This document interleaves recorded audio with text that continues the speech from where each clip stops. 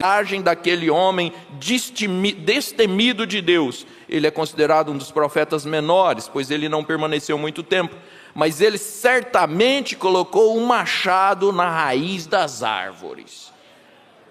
Vamos entendendo quem era Amós?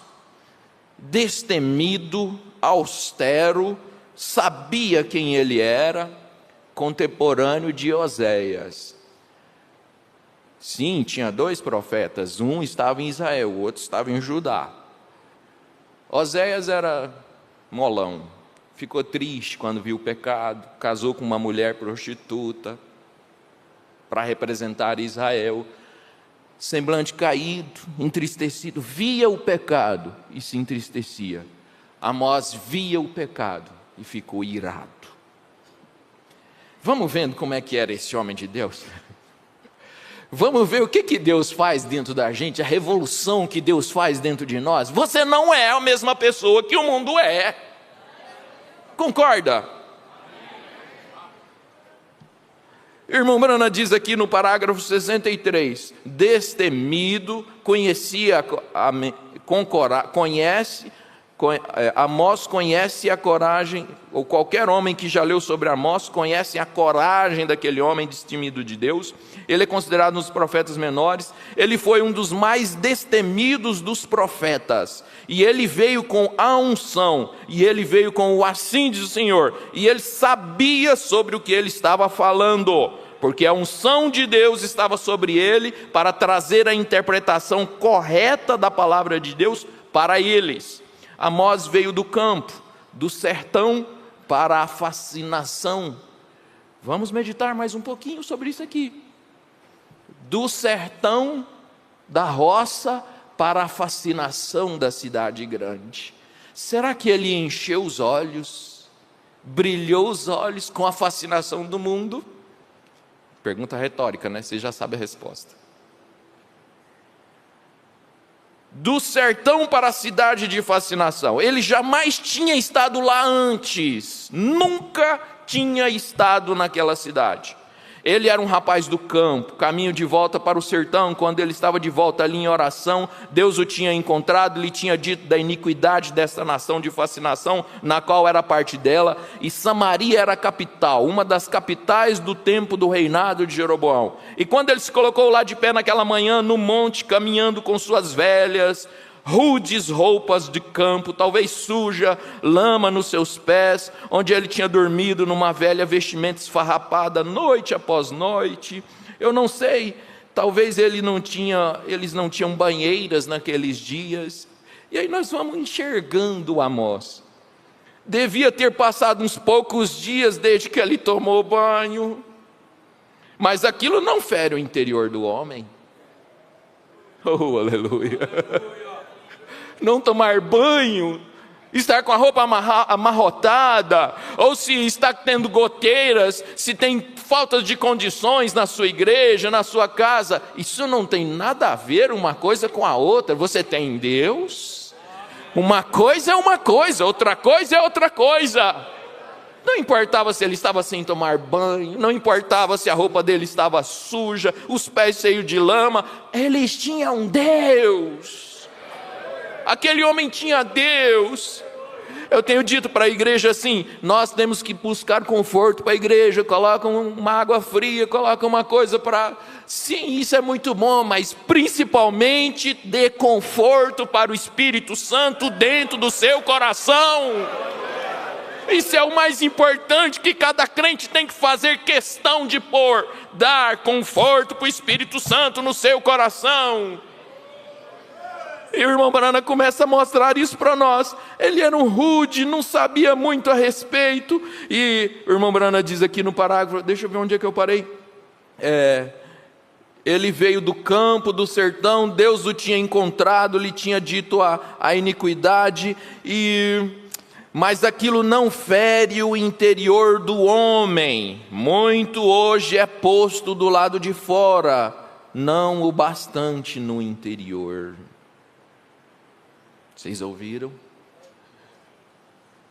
Muito hoje é posto do lado de fora, não é posto bastante do lado de dentro, no interior. Nós estamos muito preocupados se nós banhamos cada dia, se nosso cabelo está arrumado, se as nossas roupas estão trocadas. Nós nos preocupamos muito com besteira. Não, eu não estou dizendo para você não tomar banho, mas você entende no Espírito que Deus está querendo tratar conosco? Nós estamos preocupados com coisas passageiras.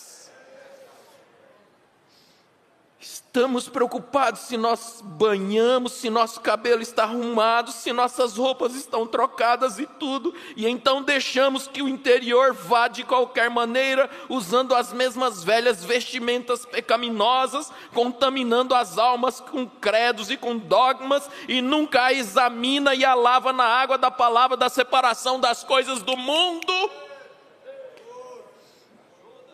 Preocupamos e não lavamos a nossa alma. Não estamos muito preocupados.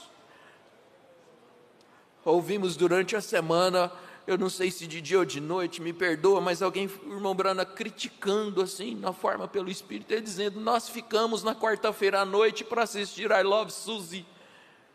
Talvez era um seriado, alguma coisa assim na TV. Nós ficamos em casa e não preocupamos. Na hora do culto nós temos que fazer 2 coisas ao mesmo tempo, 3 coisas ao mesmo tempo. Eu não estou aqui para corrigir, eu estou aqui para encorajar você e dizer: nós temos coisas mais importantes. Igreja, noiva do Senhor, nós temos coisas mais importantes nas mãos. Nós temos uma mensagem, nós temos um profeta. Dê valor no que é importante. Você consegue ver o que é importante?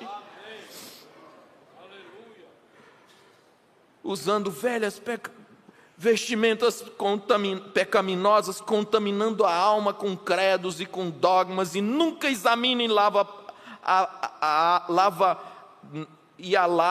alma, né? E a lava na água da palavra da separação das coisas do mundo. Lembra lá da história do rico, que um dia o mendigo começou a andar junto com ele, e ele falou assim: mas por que você fica me seguindo? Ele falou assim: eu sou o seu lado de dentro. Mendigo. Bom, esse é o meu assunto. Como se colocou ele aquela manhã sobre o monte, naquela cidade fascinante, cheia de coisas modernas que ele jamais tinha sonhado que havia tal coisa. Israel estava no auge.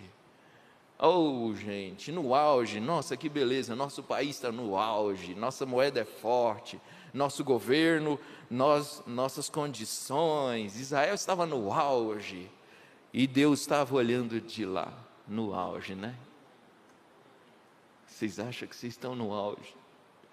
Deus, tem misericórdia de nós. Deixa-nos ver como Deus vê. Senhor, deixa-nos enxergar como o Senhor enxerga.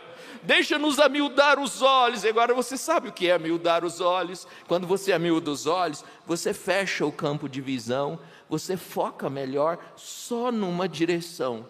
Você mira num lugar, e é o que o profeta estava fazendo. Quando ele chegou em cima do monte, que ele viu a cidade toda reinando, plena, brilhante, ele amiudou os olhos e disse: está tudo errado, está tudo errado.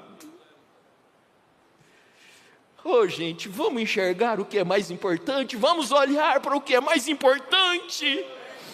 Você sair da sua cidade, do seu estado, pagar, empregar dinheiro. Você não está gastando dinheiro, você sabe, né? Você está investindo. Aleluia, você está investindo. E sai, nós nos juntamos aqui. Por quê? Por quê, gente? É porque nós estamos enxergando o que é importante. Eu tenho incentivado meus jovens dizendo: nós vamos para o encontro jovem, nós vamos para o encontro, é para levar, pais, leva seus filhos, vamos para lá. Se eu quero que eles se casem e tenham família, eu quero que eles se encontrem com outros da mesma fé, é óbvio. Vamos para o encontro. Isso é o importante para nós. Pastores, o que é importante para nós? Nós temos bons materiais nas mãos, nós temos boas coisas. O próprio irmão Brana era um bom leitor, mas o que é importante para nós? Aleluia! Encontro abençoado com que Deus está preparando para nós.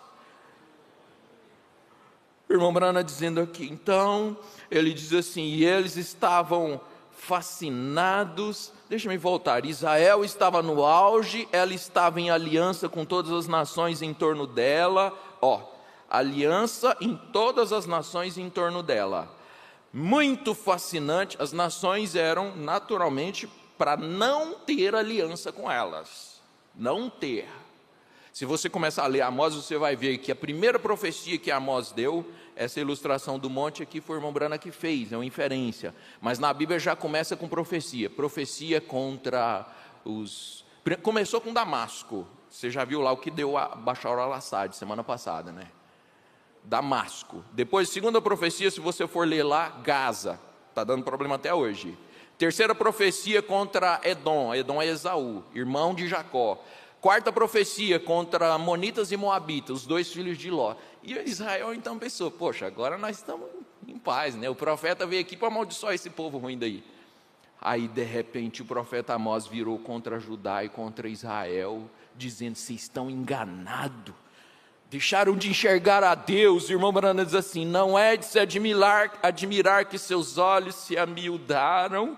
Começou a enxergar mais avante, mais adiante, não com a fascinação da cidade, ele não viu, como algum turista faria um turista chegando, né, vindo para Nova York, para Los Angeles, nossa, que cidade bonita, que coisa maravilhosa, ou Nova York, ou para Los Angeles, vendo as mulheres semi-vestidas, e os homens com comportamento duvidosos, e o pecado, e Amós, com aquela mão grossa, suja, olhando aquele negócio assim, eu fiquei pensando, como é que é aquele negócio que eles põem no olho do cavalo, assim, ó, do lado? Tapa, põe uma tapa assim, ó. Será que Deus vai ter que pôr uma tapa para a gente olhar para o caminho e ficar vendo só o caminho? Cavalo assusta, pula de lado, eu acho que é para isso, né? Ele assusta, ele sai da hora, derruba o cavaleiro e puxa a carroça e tal. Tem que pôr uma tapa no cavalo para ele olhar só para o rumo do caminho. Será que Deus vai ter que pôr uma tapa nos nossos olhos para a gente olhar para o céu e andar sem ser atraído? Será que o mundo está atraindo as nossas mensagens para nós colocarmos filosofias e tudo no púlpito? Deus tem seus meios, nós não somos animais como um cavalo, nós somos ovelhas. Ovelha segue o pastor, ovelha obedece. O pastor Joaquim Gonçalves contava a história de um homem chamado Torre. Eu nunca identifiquei esse homem, mas ele contava assim que Torre parou o cocheiro e parou a carroça, a carruagem para olhar. Vocês lembram dele contar essa história? Olhar para... O povo estava alegre cantando e Torre chorava copiosamente. O que Torre via que ninguém via? Sim, o cristão é o homem mais descansado, é o homem mais confiante, é o homem que tem mais calma e mais paz, mas ao mesmo tempo é o homem mais agoniado, é o homem mais insatisfeito, é o homem que mais tem anseios por causa da vida eterna. Você consegue enxergar esse paradoxo? Consegue? Esse é o homem de Deus, isso é o povo de Deus.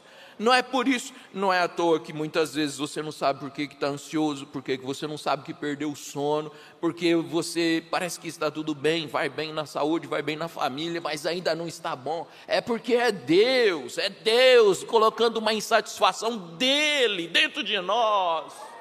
Ainda não está bom, Senhor, eu quero mais do Teu Espírito, eu quero crescer, eu quero mais do Senhor, eu quero mais, Senhor, eu quero mais do Senhor, eu preciso.